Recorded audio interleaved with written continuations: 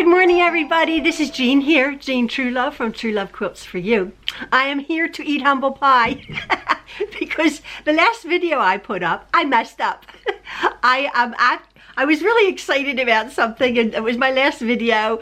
I got to meet a lot of friends again after several years, but I was highlighting 3 of my Truelove Challenge quilts, and silly me, I omitted Karen's quilt.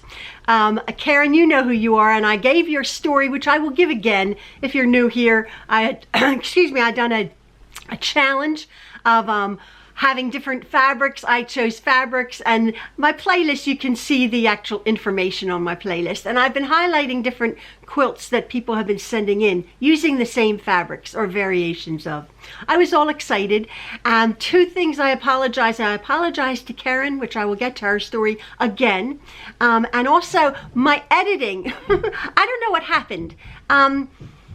My edit, I'm not, what is a bad worker always blames his tools, but I'm pretty good now, but as I was editing 2 different versions of my video that I had yesterday of me talking, and then me ending with Brianna and Sarah's expecting their babies, the video editing program went on another 10 minutes. And when I actually went to export that, I didn't realize that what was a 20 minutes went on to about 30 minutes, and it was everybody I think was waiting like, what in the world is this? It's all black. So that wasn't necessarily me, because I didn't catch it until after I put it up on YouTube. So anyway, that was that. Hopefully in my excitement I didn't do anything. I probably did, thinking about it, because I was all excited. I was all over the place. I just had a very good day yesterday, and you know me, what you see is what you get on the day, whatever emotion.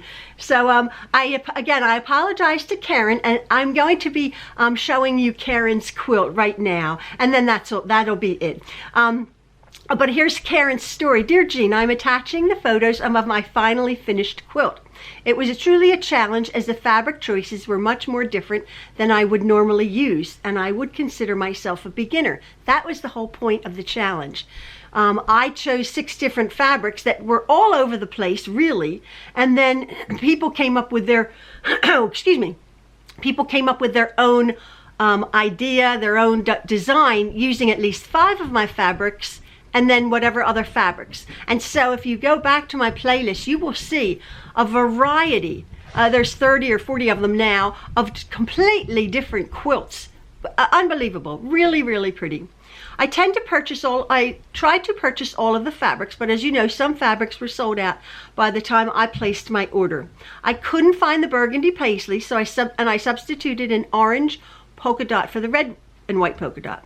I also added a yellow checked fabric and a brown striped fabric, which I ended up using the back side because I thought it looked better, being a more muted brown color instead of the front printed size. Again, I addressed this yesterday, that the fabric has 2 sides. If you think a fabric's a little bit too bright, just flip it over, and you might find that acceptable.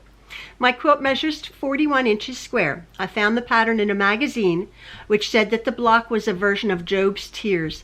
I knew then that was the pattern to use, as I had been grieving over the death of my mom. I'm so sorry, Karen. That was so sad. But she was 90 and had a good long life. I believe she is now in eternity with our Creator, and the brightness of the quilt's colors reminds me of the hope we have in Jesus, who is the light of the world. Absolutely. Anyway, I hope my pictures do it justice. I am a better quilter than a photographer. Thanks for challenging us. And this is where I was waffling on in my last video because I was all excited.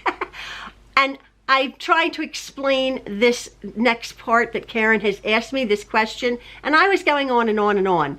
I was thinking about it over in the evening time, and a lot of people, the question is here. If you look at the back of my quilt, you will be able to see that I have a messy patch of quilting because my thread came out of the tension disc. That wasn't the issue here. She plans on ripping it out. Do you always use the same color thread for the front and the back of the quilt? That's the question that Karen was asking, and I was trying to explain it. When you actually go to quilt, you may have a multicolored quilt top and then another color on the backing.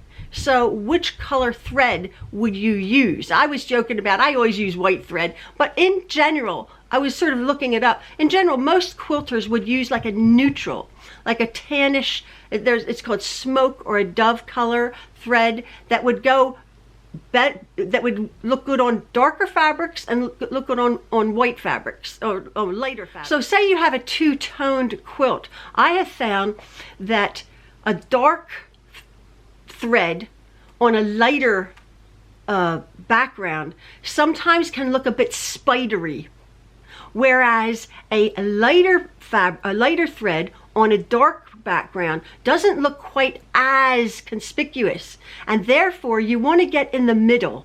So basically, if you were making a black and white quilt, you would want to use a gray. So if that makes any sense, that's the actual, that's a real broad example of this. But you would just want to try to use a more neutral tone that would tone in with all of the fabrics, as opposed to picking out one color thread. I don't know. I messed up yesterday and that might not make any sense. But anyway, pictures of Karen's lovely quilt.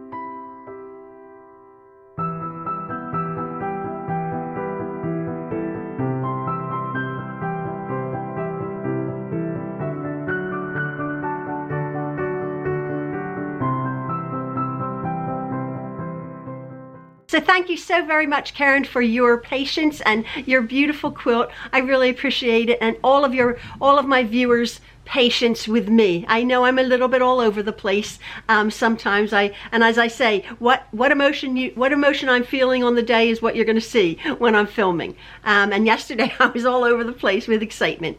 And things are moving. I'm going to be getting back to my sewing to a certain extent. Here I'm going to be finishing up my quilt. I have been making a few baby quilts and a little pillow that I will be showing you after the shower. I was showing you in the last video the little quilt I made for our new granddaughter Stella, who's yet to come. But I've been doing some other things, and again, I appreciate all of your patience and all of your kindness and all of your generous, lovely comments. Thank you so very much. I love interacting with you people and the lovely comments that I get. We're a real community here, and I appreciate that. Again, my apologies, and I hope you all have a lovely, safe day. And as usual, love from the Trueloves. Bye.